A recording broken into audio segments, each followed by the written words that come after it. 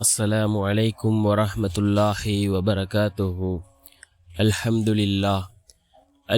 لله الذي نحمده ونستعينه ونستغفره ونؤمن به ونتوكل عليه أما بعد.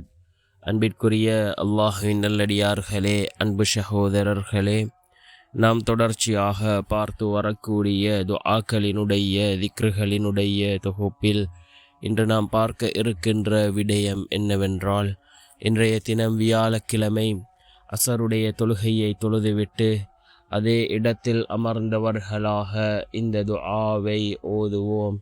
இந்த துஆவை 10 தடவைகள் ஓதி அல்லாஹ்விடம் பிரார்த்தனை செய்வோம்.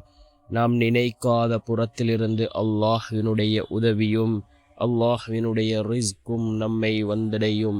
நம்முடைய தேவைகளை அல்லாஹ் பூர்த்தி செய்து தருகின்றான்.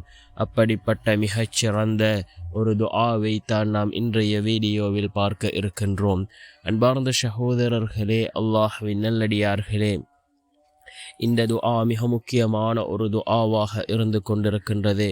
நாம் யக்கீனோடு இஹ்லாஸோடு இதனை ஓதி அல்லாஹ்விடம் பிரார்த்தனை செய்வோம். நாம் யக்கீனோடு இஹ்லாஸோடு கேட்கக்கூடிய துஆக்களே அல்லாஹ்விடத்தில் கபூலாகின்றது. ரசூலுல்லாஹி ஸல்லல்லாஹு அலைஹி வஸல்லம் அவர்கள் கூறினார்கள், ஒரு மனிதனினுடைய துஆ எந்த விதத்தில் அல்லாஹ்விடத்தில் கபூலாகும் என்று கூறினார்கள். அருமை நாயகம் ஸல்லல்லாஹு அலைஹி வஸல்லம் அவர்கள், ஒரு மனிதன் துஆ கேட்டவுடனேயோ அல்லது சிறிது காலம் தாழ்த்தியோ அந்த மனிதனினுடைய துஆவை அல்லாஹ் கபூல் செய்கின்றான். அதே போன்று இன்னும் கூறினார்கள் ஸல்லல்லாஹு அலைஹி வஸல்லம் அவர்கள், அந்த மனிதனுக்கு ஏற்படக்கூடிய ஆபத்துக்களிலிருந்து அல்லாஹ் அந்த துஆவின் மூலமாக அந்த மனிதனை பாதுகாக்கின்றான். நாளை மறுமையுடைய நாளில் அந்த துஆவிற்கான பலனை அந்த மனிதர் அடைந்து கொள்வார் என்று கூறினார்கள் ஸல்லல்லாஹு அலைஹி வஸல்லம் அவர்கள். நாம் கேட்கக்கூடிய துஆ ஒரு போதும் வீணாகுவதில்லை. நாம் அதிகமாக அல்லாஹ்விடம் துஆக்களை கேட்போம். நிச்சயம் அல்லாஹ் நம்முடைய துஆக்களுக்கான பதிலை வழங்குவான்.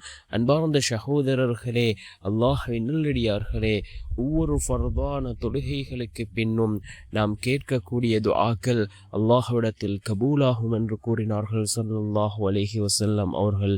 நாம் அஸருடைய தொழுகையை தொழுதுவிட்டு அதே இடத்தில் அமர்ந்தவர்களாக இந்த துஆவை 10 தடவை நாம் ஓதுவோம். அஸ்தக்ஃபிருல்லாஹ் அல்லதி லா இலாஹ இல்லா ஹுவல் ஹய்யுல் கய்யூம் மின் குல்லி தம்பின் وخطيئة وأتوب إليه وهو حي داعم قائم لا يفوت ولا يموت بيده الملك وهو على كل شيء قدير.